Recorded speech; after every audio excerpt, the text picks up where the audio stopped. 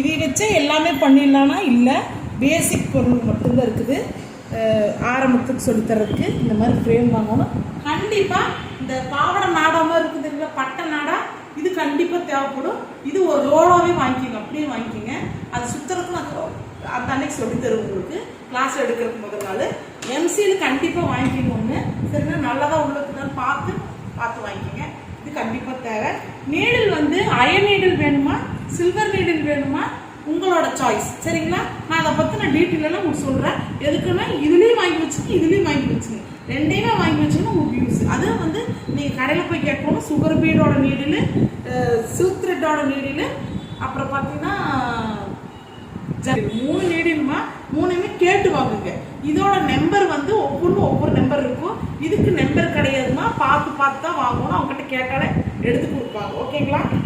அப்புறம் இந்த மாதிரி சில்க் த்ரெட்டில் ரோஸ் வாங்கினீங்கன்னா 2 கலரு, க்ரீன் வாங்கினீங்கன்னா 2 கலர், இதில் 2 இதில் 2 அப்படி வாங்குவோம், சரிங்களா? ஒன்றுன்னா வாங்கக்கூடாது. இதுதான் பேசிக் வாங்கிக்கிங்க. அதே மாதிரி உங்களோட சில்க் காட்டன் ப்ளவுஸ் வந்து என்ன கலரோ அதுக்கு தகுந்த மாதிரி சாதா நூல் வாங்கிக்கோங்க, சரிங்களா? சாதா நூல் உங்களுக்கு இதுக்கு சூட் ஆகுதான்னு பார்த்துக்குங்க. அது அந்த மாதிரி வாங்கிக்கோங்க.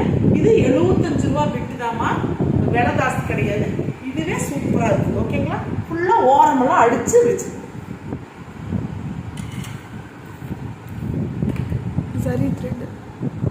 ஜரி த்ரெட்டு பார்த்துக்குங்க, குவாலிட்டியாக பார்த்து வாங்குங்க. உள்ளே வந்து நரம்பு வந்து இதே ஜரி கலர்லேயே இருக்கும் உள்ள நரம்பு, அந்த மாதிரி பார்த்து வாங்குங்க. இதில் ஏமாந்துடாதீங்க. அதே மாதிரி நரம்பு பார்த்திங்கன்னா இந்த மாதிரி பால் கலரில் இருக்கணும்.